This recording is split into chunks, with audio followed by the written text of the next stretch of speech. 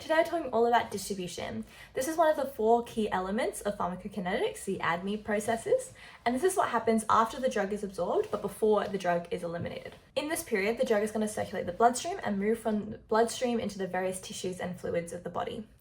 Essentially then, distribution is the movement of drug and the relative proportion of the drug at different sites in the body.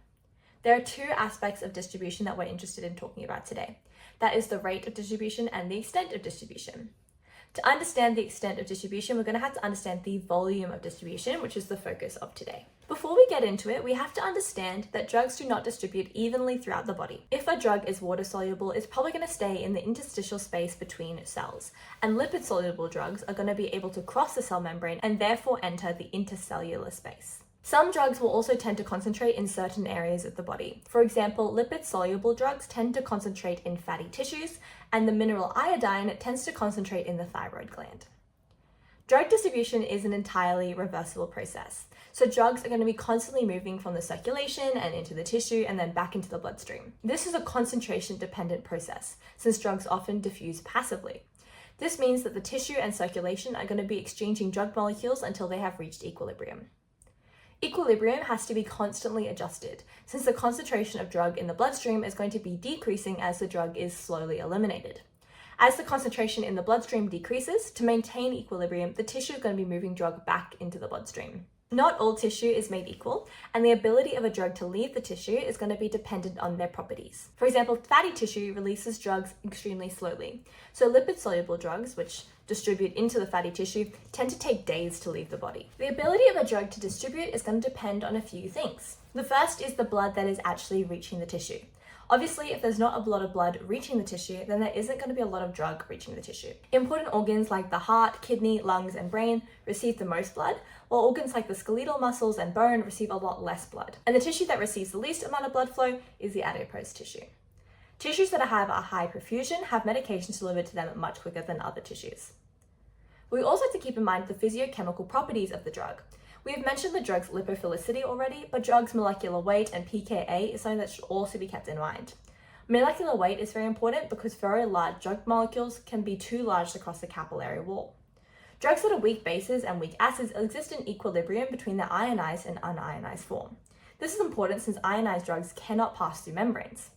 The ratio of ionized to unionized drug is dependent on the drug's pKa in relationship to the pH of their environment. The intracellular fluid tends to be more acidic than the extracellular fluid. This means that weak acids tend to get stuck in the extracellular fluid since weak acids are more ionized here. The opposite is true of weak bases, which get trapped in the intracellular fluid where they are more ionized. This means that generally we see that weak bases have a larger volume of distribution because they're less likely to leave the intracellular space and go back to the circulation. Not all drugs diffuse passively, and not all drugs that are passively transported are doing so through a membrane. So membrane transporter availability is also an important factor to consider. The final factor to keep in mind is protein binding.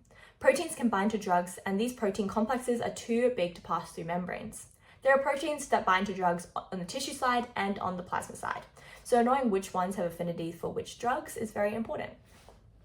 We use a knowledge of these factors for lots of purposes, but specifically it can be helpful in deciding an appropriate therapy. For example, a bacterium can be extracellular or intracellular, so we need to pick a drug to combat these accordingly. Let's say we have an intracellular pathogen, we would pick a lipophilic antibiotic which can go into the intracellular space. Now, let's have a talk about the volume of distribution. The volume of distribution is the ratio of the amount of drug in the body to the amount of drug in the plasma. In other words, the volume of distribution is the volume that we would need to dissolve the full dose of drug if it was at the concentration that we see in the plasma. A drug that has a higher affinity for the tissue is going to have a higher volume of distribution. Let's have a look at an example to help us understand this better. To do this, we use this equation here. Amount of drug in the body divided by concentration equals the volume of distribution. Let's say we have a dose of 10 milligrams, but we only see 5 milligrams dissolved in the plasma. If we were to put our numbers, we would find that the volume of distribution is 10 liters. You might also notice that we made the concentration 5 divided by 5. This is the amount of drug found in the blood divided by the volume of blood. This is how we calculate concentration. Interestingly, this is double the concentration of the blood, which was 5 liters. This makes sense. If we had 5 milligrams dissolved in 5 liters, we would have 1 milligram per liter. So if we were to have the whole dose dissolved in that same ratio of 1 milligram to 1 litre, we would need 10 litres to dissolve 10 milligrams.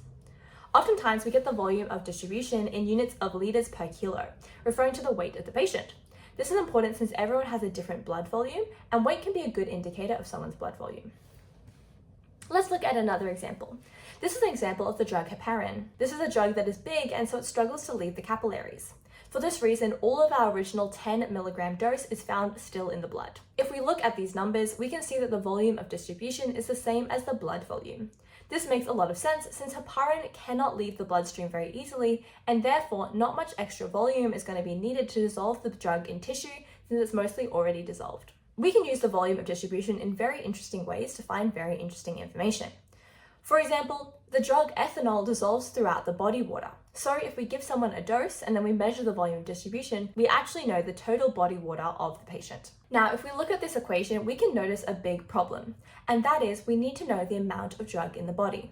This isn't super simple, since we only know the amount of drug in the body at one single point in time, and that is immediately after the dose is injected. This is because we don't know how much has been eliminated, and for oral drugs, we don't know how much is removed by the first pass effect. So if we wanted to know the volume of distribution at a different point in time, we would need to use the clearance of a drug to calculate the amount of the drug. We use this equation, amount equals dose times Euler's number to the power of the negative elimination rate constant times the time after the dose.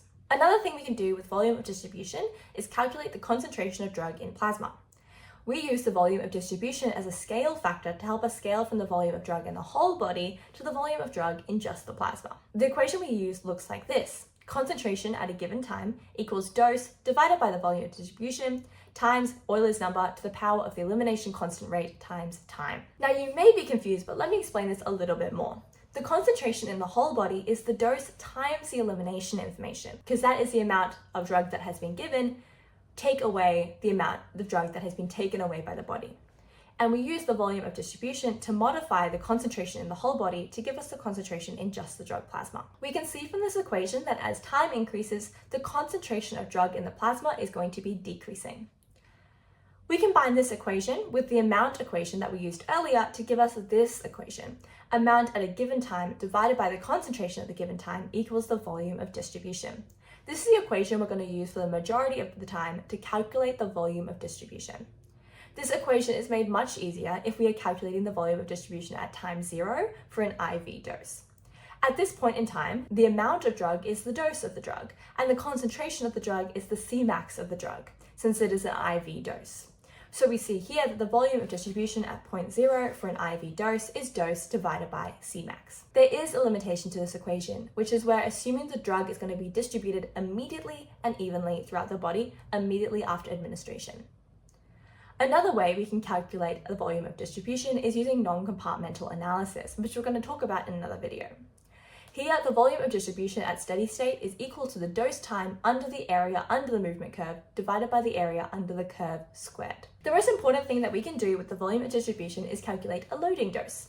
This is a higher dose that is given at the start of treatment to help a patient reach steady state or a therapeutic dose faster.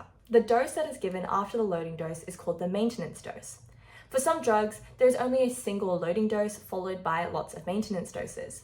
But for others, we're going to give multiple loading doses before we give a maintenance dose. A loading dose isn't always needed. For some drugs, we don't need it to reach therapeutic concentrations. And for some drugs, it can even be dangerous to give someone a loading dose. And this is the case in drugs that can cause toxicity at higher doses, where it's best to start slow. Earlier, we used this equation to calculate the volume of distribution. The initial dose here in this equation is the loading dose. So we can reorganize this equation to show that loading dose equals volume of distribution times by concentration. When we're using this equation here, the concentration we're going to use isn't a concentration that's already in the body, but a target concentration, aka what we want the concentration in the plasma to be at a therapeutic concentration.